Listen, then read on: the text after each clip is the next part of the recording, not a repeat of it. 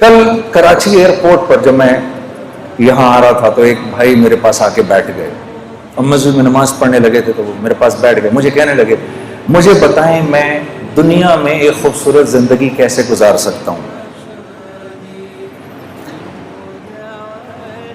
میں نے کہا میں اگر آپ کو یوں بتاؤں اور اگر آپ میری بات پر عمل کر لیں تو آپ یقین کریے کہ اللہ رب العزت کی ذات، اس کی یہ منشا ہر وقت کی منشا ہوگی کہ آپ کی زندگی ایک خوبصورت زندگی بن جائے، اور جس کے لیے اللہ رب العزت طے فرما لیں کہ اس کی زندگی خوبصورت ہوگی، ساری کی ساری کائنات مل کر اگر اس کی زندگی کو خراب کرنا چاہے، اس کو پریشان کرنا چاہے تو نہیں کر سکتی۔ اور اگر اللہ یہ فیصلہ فرما لے کہ نہیں یہ نافرمان ہے، اس کی زندگی میں اس کو ہم خوف اور غم کا لبادہ پہنائیں گے ہی، 7 ارب انسان اگر مل کر آپ کی زندگی کو خوبصورت بنانا چاہیں تو نہیں بنا سکتے۔ اس کو کہتے ہیں لا الہ الا اللہ۔ یہ ہے لا الہ الا اللہ، کہ میری ہر حاجت اللہ کی ذات سے جڑی ہوئی ہے۔ اگر میں اپنی حاجت کو چیزوں کے اندر ڈھونڈوں گا تو میں پریشان ہو جاؤں گا۔ اگر میں یہ سمجھوں گا کہ میرے بھوک کا تعلق میرے معدے سے ہے تو پھر میں مخلوق سے جا کر اپنی ضرورت کو پورا کرنے کی کوشش کروں گا۔ مخلوق تو خود ضرورت مند ہے، انہیں تو خود ضرورت ہے، وہ تو خود بھوکے ہونے والے ہیں تھوڑی دیر کے اندر، اس کو تو خود بھوک لگنے لگی ہے تھوڑی دیر میں۔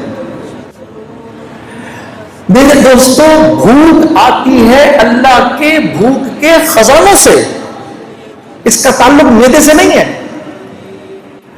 آج تو یہ بات اتنی عجیب ہے کہ اس بات کو کرو بھی تو مسلمان کی اولاد بھی آپ کی شکل کو ایسے دیکھتی ہے کہ جیسے پتہ نہیں کون سی انوکھی بات کہہ رہا ہوں میں، لیکن یہ سچ ہے، یہ اللہ کی سنت ہے، اس میں کبھی تبدیل نہیں ہونا۔ میرے بندے، وَفِي السَّمَاءِ رِزْقُكُمْ وَمَا تُوعَدُونَ، جو رزق تو اپنا دنیا میں ڈھونڈ رہا ہے اس کا تعلق زمین و آسمان سے، ساری کائنات سے نہیں ہے، یہ تو ہم آسمان سے اتارتے ہیں تیرے لیے، پھر تو جھوٹ کیوں بولتا ہے؟ اب وہ مجھے نوجوان کہہ رہا مجھے بتائیں میں کیا کروں۔ میں نے کہا بھائی دیکھو،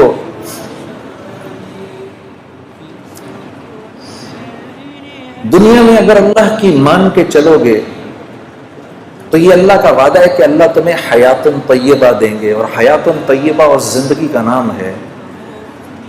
جو زندگی اللہ لمبی کر دیتے ہیں، نیک انسان کی زندگی اللہ لمبی کر دیتے ہیں، اس کی تقدیر بدل دیتے ہیں۔ اس کی تقدیر میں جتنے سال لکھے ہوتے ہیں، جب اس کی زندگی کے اندر اپنی فرما برداری دیکھتے ہیں تو اس کی زندگی کے سالوں کو بڑھا دیتے ہیں۔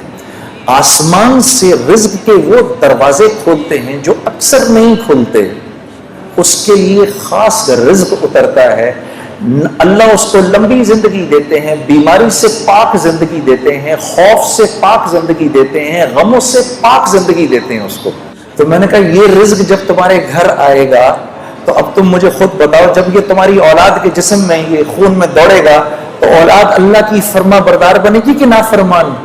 تو میری شکل دیکھنے لگا، پھر کہنے لگا نافرمان۔ میں نے کہا یہ رزق جب بیوی کے خون میں جائے گا وہ وفاداری کرے گی بے وفائی؟ کہنے لگا جی بے وفائی۔ تو میں نے کہا اولاد ہو نافرمان، بیوی ہو بے وفا، تو زندگی سکون میں گزر سکتی ہے؟ میں نے کہا گھر کے جو نوکر چاکر ہیں جب وہ ایک کھائیں گے تو تمہارے ساتھ وفاداری نبھائیں گے کہ بے وفائی کریں گے؟ کہا جی بے وفائی۔ میں نے کہا جب یہ تمہارے جسم میں جائے گا یہ نافرمانی کا رزق تو تم اللہ کی فرما برداری کرو گے نافرمانی کرو گے؟ رات کو تہجد کے لیے اٹھو گے کیا پھر تم؟ رات کو تہجد کی نماز پڑھو گے کہ فلم دیکھو گے؟ کہتا جی میں پوری بات سمجھ گیا، میں پوری بات سمجھ گیا۔ فَأَلْهَمَهَا فُجُورَهَا وَتَقْوَاهَا۔ میں نے اس کو اٹھ کے گلے لگایا، میں نے کہا اگر تو نے دل میں اس بات کا عزم بھی کر لیا ہے کہ آج کے بعد میں اللہ کی فرما برداری کروں گا تو خدا را بیٹھ کے میرے لیے دعا کر، اللہ مجھے بھی معاف کر دے کہ اس وقت اللہ کی رحمت نے تجھے ایسے گھیرا ہوا ہے کہ اگر اس بارش کے تھوڑے سے چھینٹے مجھ پر بھی پڑ گئے تو میں بھی نکل جاؤں گا.